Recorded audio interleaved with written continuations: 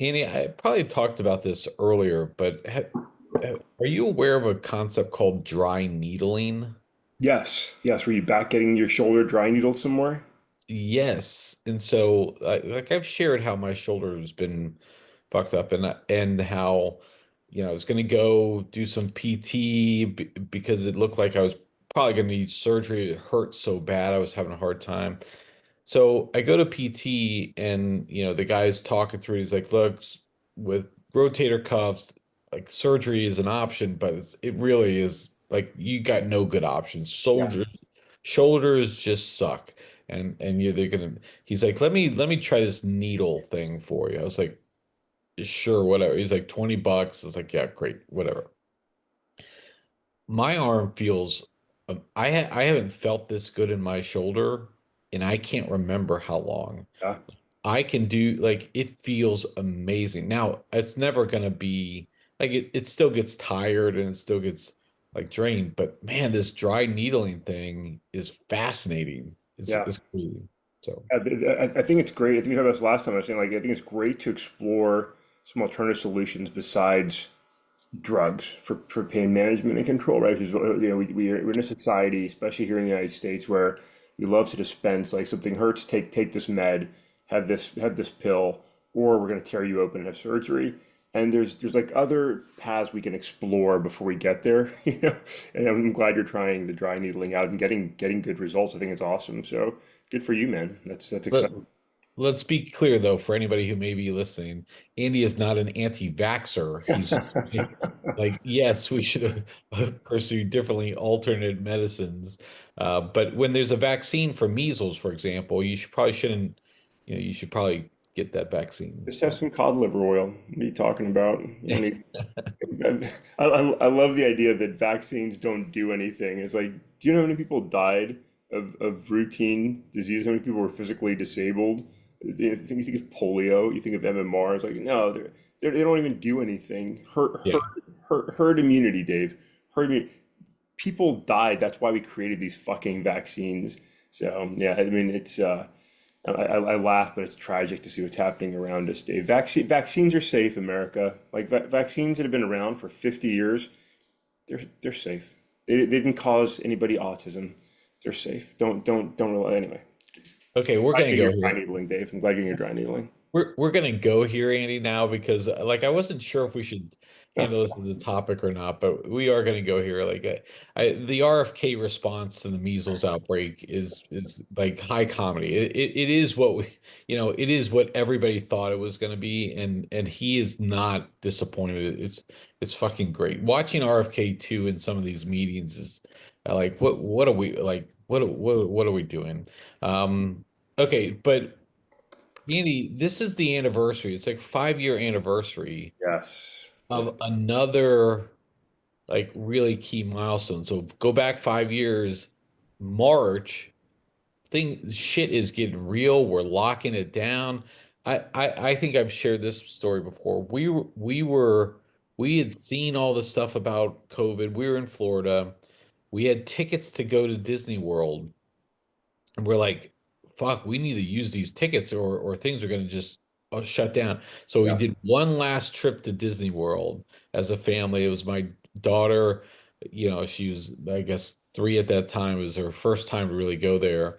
But we were like, let's get there, let's get there. And then that weekend, the following week, things did shut down. And Andy, you were showing on, if you're watching us on video, the 15 days to slow the spread was the first thing.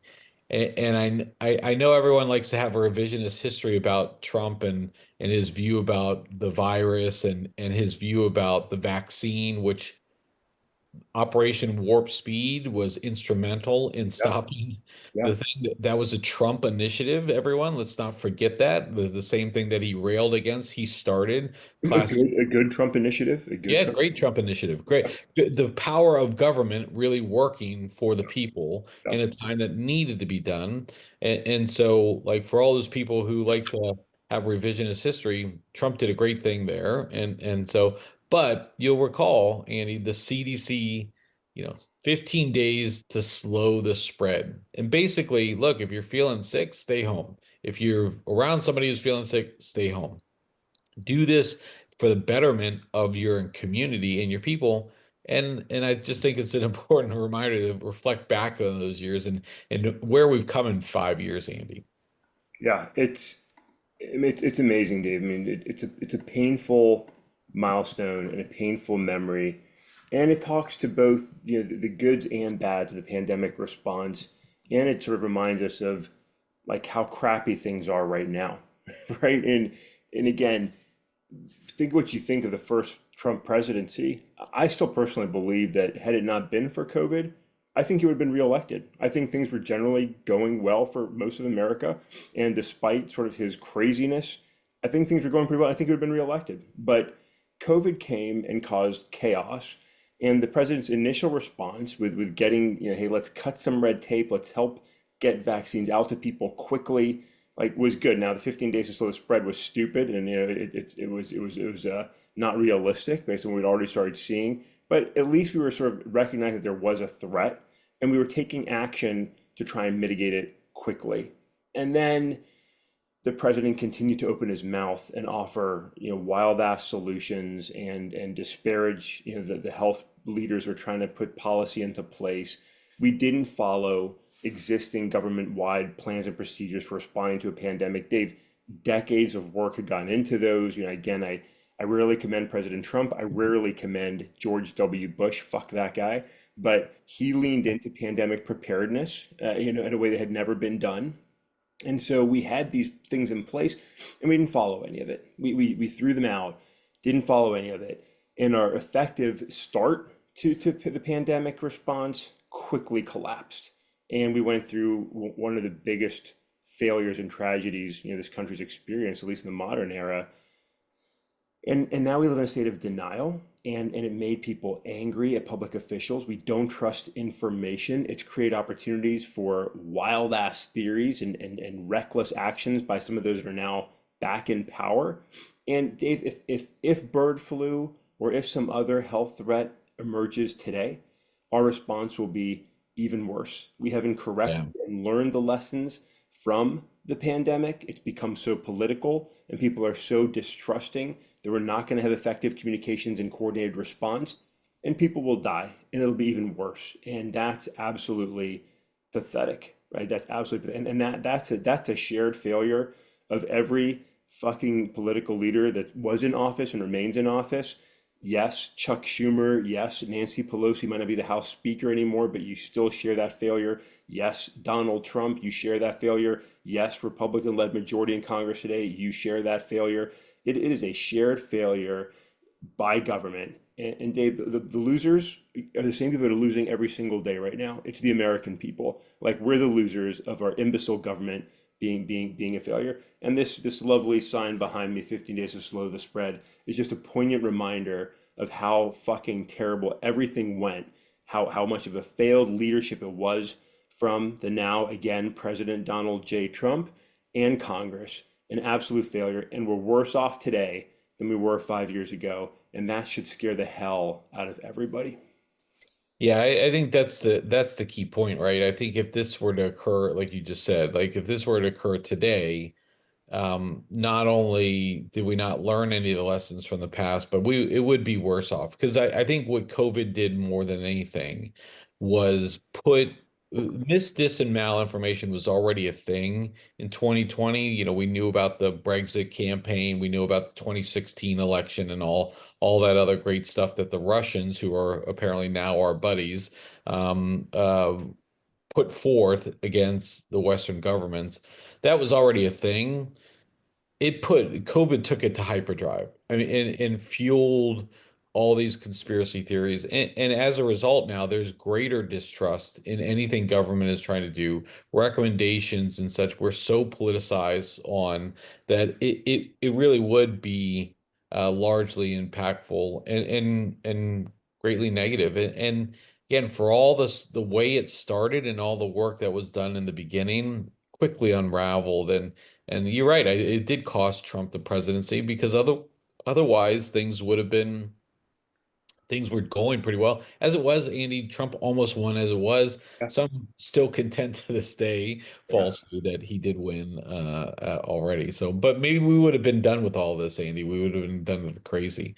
We wouldn't have had Doge or anything. But speaking of which, Andy, last night, and it still may happen. yeah, We've been talking about government funding, and we've been talking about all the efforts that have been ongoing. And we've been talking about ways that which Democrats can try to push back, and we are starting to see some lower level messaging by the Democrats about ways they're going to be pushing back. The big issue on the docket, Andy, that had been the government funding bill or the government spending bill, the budget. yeah, And this has been going back and forth. The president had wanted one big bill, to solve all the problems at one time instead of doing gradual budget updates and enhancements. Well, the House put together a bill, sent it to the Senate, as is what is required to do.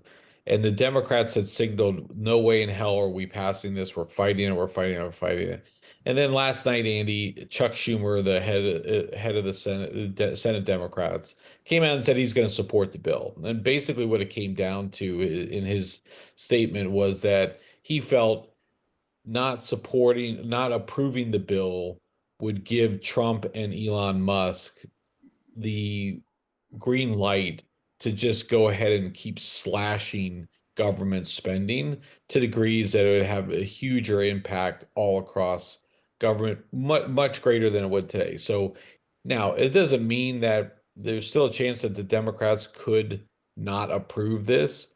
Schumer's just one vote, but it does signal that perhaps there's a will. Like the Democrats don't want to be blamed for a government shutdown yeah, and don't want to be further expedite some of these things that they're already fighting about. So I think they're picking their battle here. And I think it's probably a smart choice because the way it would be is, the Democrats seeing how government is going further set fire to it, and which would be wrong. But that's the way it'd be spun. And so here we are, Andy. It looks like the government spending bill is going to get approved. And Democrats will find another fight to pick down the road. yeah. And David, regardless of who's in the White House and who's in Congress, like keeping government open is a very simple and basic function and shouldn't be a big question mark every fucking time these incompetent bastards need to pass a budget, right? Which is already being done wrong, right? There's not proper budgets being passed, there's not proper votes being taken, there's not proper discussion being had. I mean, there's a lot of failures in the way we're doing it. That's attributable to both parties and the absolutely shit leadership we have from Congress and the way they build these packages and the way they vote on them and don't allow for debate and amendments to the process. Shared failed leadership from Democrats and Republicans. But these incompetent bastards should be able to pass a budget and keep government open regardless. The majority party gets to write the budget. That's the way it works because that's who the American people voted for, like it or not. And the fact that there's even a discussion of should we keep the government open, if the Democrats allowed government to be closed, they would regret it miserably. The frustrating part is they're not looking at, hey, this process is broken. Hey, we should be doing this differently and more transparently for the American people. Rather, it's what's going to help us in the next election. Is it going to hurt us or help us more to oppose or keep open government? What's going to have the most blowback to us? It's not about the American people. It's not about passing a responsible and reasonable budget. It's not about transparency and accountability. It's about the next election and will I remain the minority leader or can I become the majority leader? Fuck you all. Like absolutely fuck you all. You're incompetent bastards. We should get rid of all of these jackasses. This is why we need greater ballot access. This is why we need ranked Term choice limits. voting in more parties, Dave. This is why we need to get rid of these clowns that continually rotate power but continually do all the same bad things when they're in power, including the way they do or don't pass a budget. So great job, Chuck Schumer, saying you're going to help pass a budget. That's your fucking basic job. Yeah. And term limits, Andy. I mean, it really comes down to too, like the most simplistic, like I agree with everything you said. Those will take a little bit more time. Just fucking put term limits in for senators.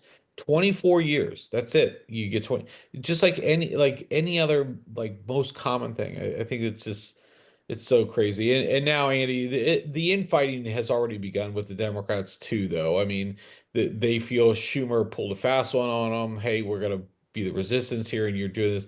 Like they're talking about AOC, who's actually been moving a little more moderate than her previously. Like when she came in as a ball of fire, green new wave, and all this other stuff, they're actually pushing her to say, hey, maybe you should challenge him in the primary. And this is where we're at, to your point, Andy. It's all about keeping power. It's all about keeping, what am I going to do for the next election? And I'm going to primary you out. But it's the same fucking people over and over.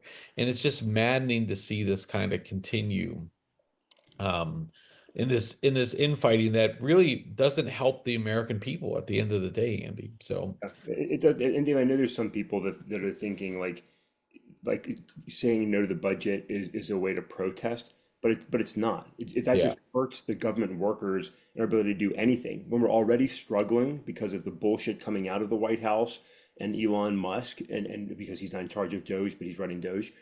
Because of the bullshit already underway, we're already hurting government workers who are just trying to do their job and serve the American people. And when we shut down government, one, it causes hysterics across government. It has a number of serious impacts to the American people. And so it's not a protest, it's just further screwing everybody in this process. So we should be protesting in a number of ways. This isn't the way to do it. So yeah, pass the budget and let the Republicans live with their budget. Like let them live yeah. with that budget, right? That's how it works.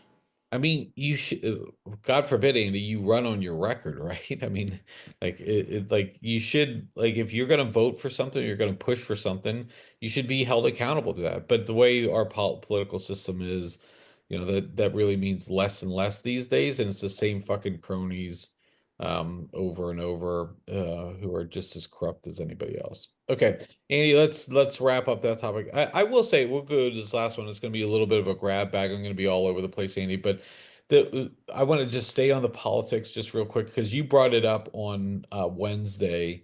But I love the internet sometimes, Andy, because the way people are creative on the memes and such Yeah. is it's great. And you referenced it as Trump was hawking Tesla cars on the White House lawn. Um, you know, Gross. people have put those into car commercial type of things, Yeah. like those classic local car. You just say, get to the like Jim McKay Chevrolet today and find the latest hot deal. And they used all of Trump's words as the speak the advertisement. Is great. And then there's other people who did stuff with AI on it and with Trump and Musk. Just this is where I can appreciate the internet and the creativity, and it's just great stuff. Yeah, yeah. I mean, look, it was gross seeing a car commercial, right? To the point where the president even had like his scripted talking points, like there's pictures of it, on the lawn. There's pictures of him and Elon Musk crammed into the Tesla together. There's it looks disgusting. It looks like two monsters, together in this vehicle. But like, you've got the American president, like literally having a car commercial on his lawn, and now like is this going to swing his supporters to support Tesla who have long hated Tesla?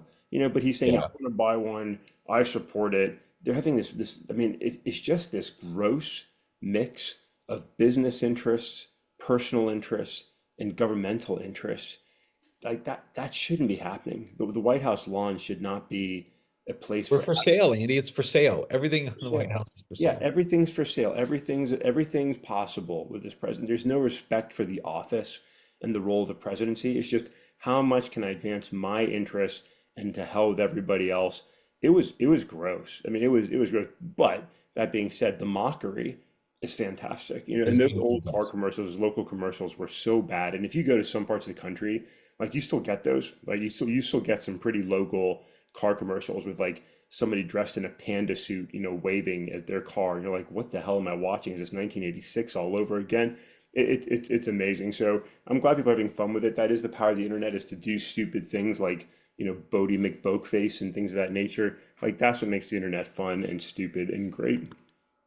Yeah, it's just a high comedy, Andy. So, Andy. are you watching Daredevil? I know you tried to start watching it the other day, Yeah, um, and we you did. couldn't We get. did. We started. What's your initial take?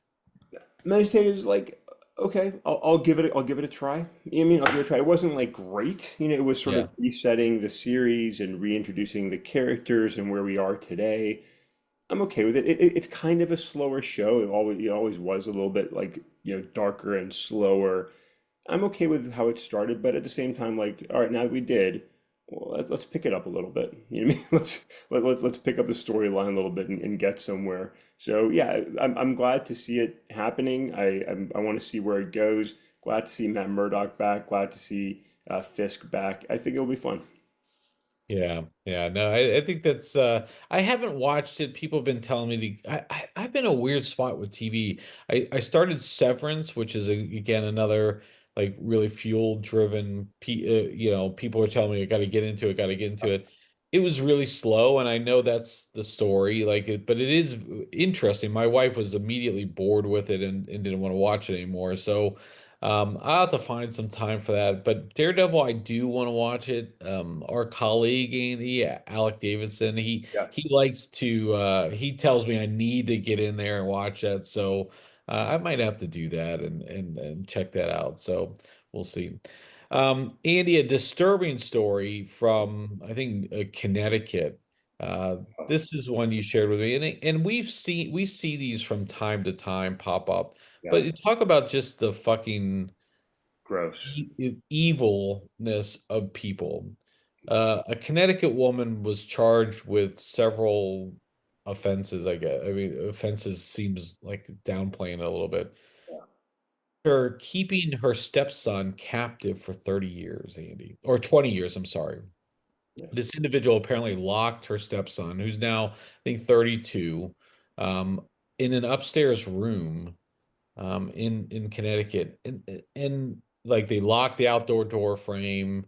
There's no way for them to get out. It's hard for me to fully understand. Like people probably question, like, couldn't he have done something over 20 years? I think we can't overstate like how much mental like impacts this has on people. Yeah. And like when you put, apparently this individual was started at 11 years old. That is a kid, Andy, Yeah. is a kid. And think about 20 years, the teeth were rotten, the malnourished, all that stuff. What an awful human being, Andy, here. This is just disgusting to see.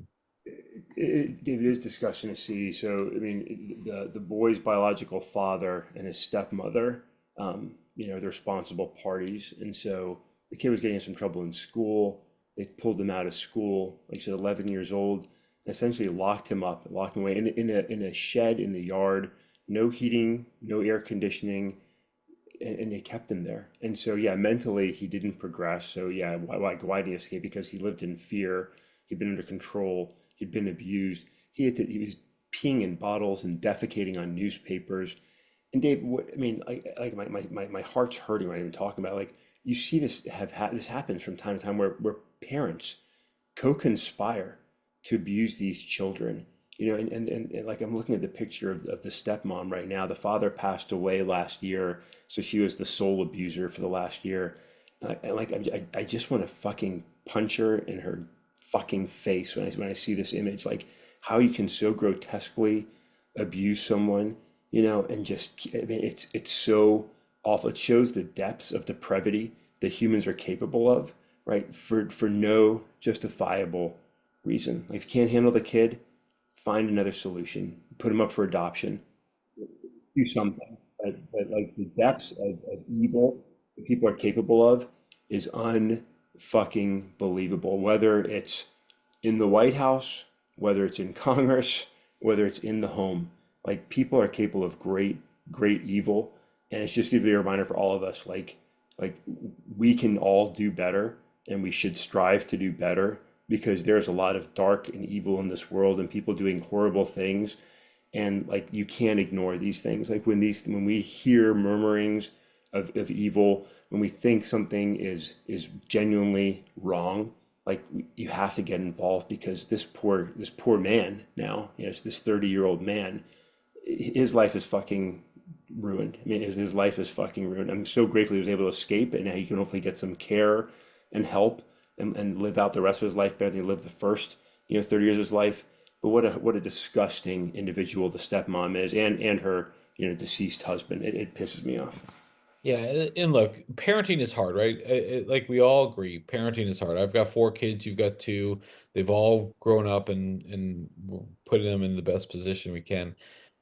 If you're not capable of parenting, get help. Like there's a lot of resources available to help you parent. If you have it, look, kids are tough.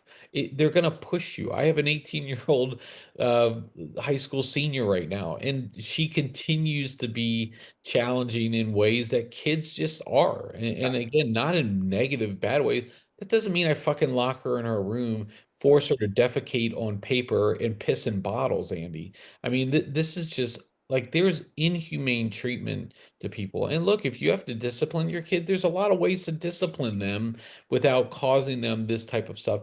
We, like nothing angers me more than child abuse and child neglect. I mean, this is just unacceptable. And the lawyer for this lady is like she's shocked by these allegations. She can't believe that this stuff would occur and all this other stuff. Like, fuck off, man. I tell you what. Yeah, yeah. So Well, like she's shocked that her son was living in the bedroom. I mean, like she didn't know, like she yeah, didn't yeah, do it. I mean, yeah, it's man, it pisses me off. And you're right. I mean, yeah, parenting is tough. Like you're gonna have moments that are gonna be hard, and some people have like really difficult situations.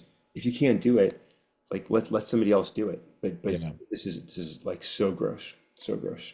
Yeah, we really, I mean, you as a parent, like kids are socialized, we are socialized in many different ways. I mean, it could be socialized through TV, through what we see, but a lot of it comes from our home base. And if you're not capable, like your beliefs and stuff, whether you knowingly or unknowingly do it, like we have so much of an influence on our kids. Yeah, And it could be like having them suffer through your sports fandom, as a Cowboys fan or an Orioles fan, or it could be shaping them with ideology that is hateful. And we have to do better. yeah. And as parents, we owe it to the kids to give them a chance in life. And you're setting up for failure if you continue to promulgate this stuff. So, anyways, Andy, sorry to wrap things. This is a shitty podcast It today. is. It is. Like This is a we had shitty way to all end the week. all shitty discussions for the most part, Andy. So, all right. With that, though, I will wrap up for the week, Andy, and I'll catch up with you on Monday.